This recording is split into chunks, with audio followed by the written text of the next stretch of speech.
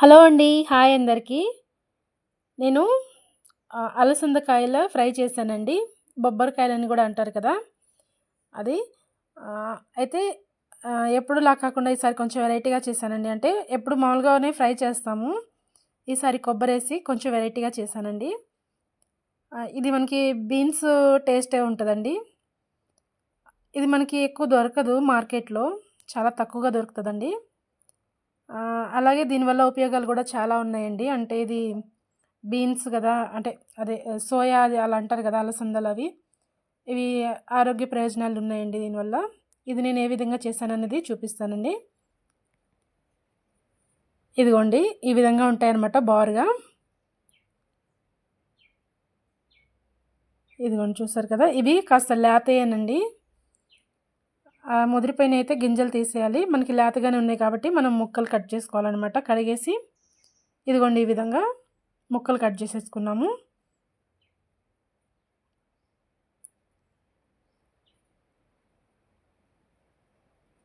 కళాయి పెట్టేసుకొని మనకి ఆయిల్ ఎక్కువ పట్టదండి. కాస్త ఒక 2 స్పూన్ల వరకు ఏసుకున్నాము. అలాగే తాలింపు దినుసులు గూడా వేసేసాను. ఈ కూరని మనం టమాటాలేసి కూడా చేయొచ్చండి. లేదంటే ఉట్టిగా గూడా ఫ్రై చేసుకోవచ్చు.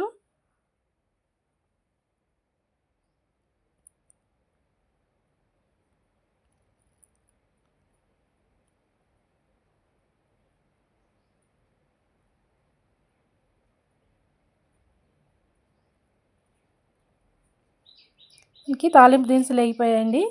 ఇప్పుడు మనం పొడువుగా కట్ చేసుకున్న పచ్చిమిర్చి ముక్కలు, అలాగే ఒక ఉల్లిపాయని ఇలా ముక్కలుగా కట్ చేసుకున్నామండి. అవి కూడా వేసేసాను. ఈ ఉల్లిపాయ ముక్కలు కొంచెం ఏగాలనమాట.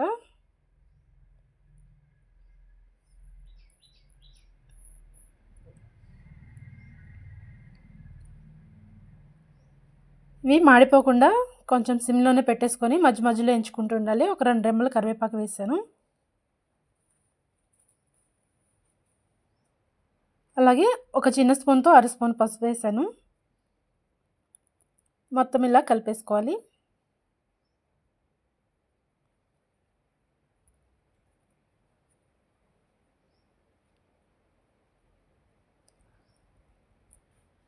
అలాగే ఈ అలసందకాయల్ని లైట్‌గా ఒక ఉడుకు రానిచ్చానండి. ఇదిగోండి. ఇప్పుడు మనం ఈ ఉల్లిపాయలేగాయి కదా! ఇందులో వేసేసుకుంటున్నాము. ఇది కొంచెం పచ్చి పచ్చి వాసనొస్తదని ఒక ఉడుకు రానిచ్చానండి. ఇలా ఉల్లిపాయల్లో వేసుకొని మొత్తం కలిపేసుకోవాలనమాట.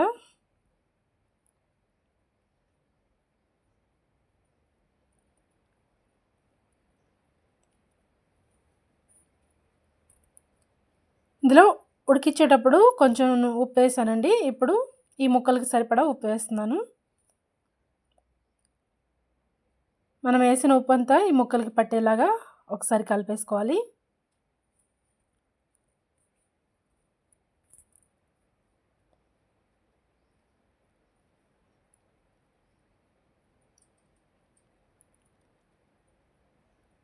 చూసారు కదా! ఇందులో ఆయిల్ కూడా ఎక్కువ లేదనమాట. ఇలా మూత పెట్టేసుకుందాం కొంచెంసేపు. ఒక 4 నిమిషాల పాటు మగ్గిన తర్వాత ఒకసారి తీసి కలుపుకుందామండి.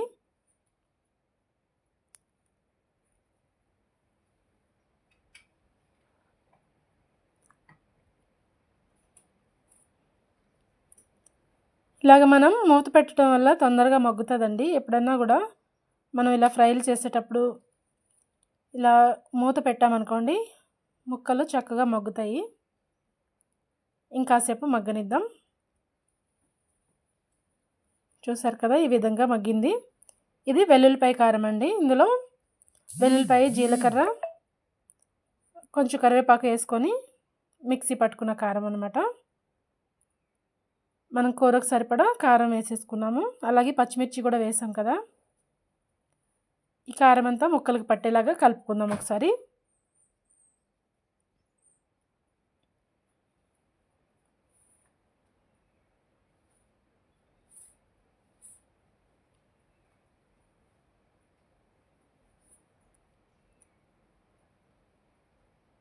ఇంకా చివరికి వచ్చేసరికి అడుగంటుతుంది కదండి, మనం ఆయిల్ ఎక్కువ వేసుకోలేదు, అందుకే మనం సిమ్లో పెట్టేసుకొని ఇలా కలుపుకోవాలన్నమాట. ఒక 2 నిమిషాల పాటు ఈ కారం పచ్చివాసన పోయే వరకు మగ్గనిద్దాం. చూసారు కదా, ఇంకా మగ్గిపోయిందనమాట ఈ ముక్కలన్నీ.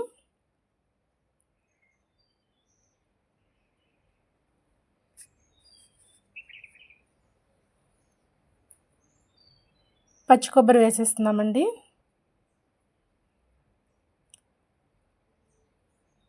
ఇది మనం తినేదాన్ని బట్టి వేసుకోవాలండి పచ్చి కొబ్బరి. ఎక్కువ ఇష్టపడే వాళ్ళైతే ఎక్కువ వేసుకోవచ్చు. నేనైతే ఒక గుప్పెడు వరకు వేసాననమాట.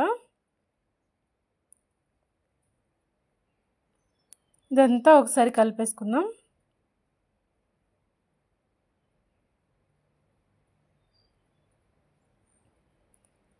ఒక 2 నిమిషాల పాటు మూత పెట్టుకుందాం.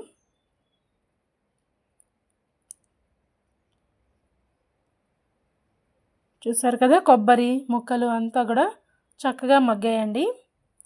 ఇంకా మనకి కూర రెడీ అయిపోయిందనమాట. మనం వేసిన ఉప్పు కారాలన్నీ కూడా చక్కగా సరిపోయాయి ఫ్రైకి. ఇంకా ఇది మనం బౌల్లోకి తీసేసుకుందాం. చూసారు కదా, చాలా కలర్ఫుల్గా ఉంది, అలాగే టేస్ట్ కూడా. మనం ఇది రైస్లోకే బాగుంటుందండి. తప్పకుండా చేసి చూడండి, చాలా బాగుంటుంది.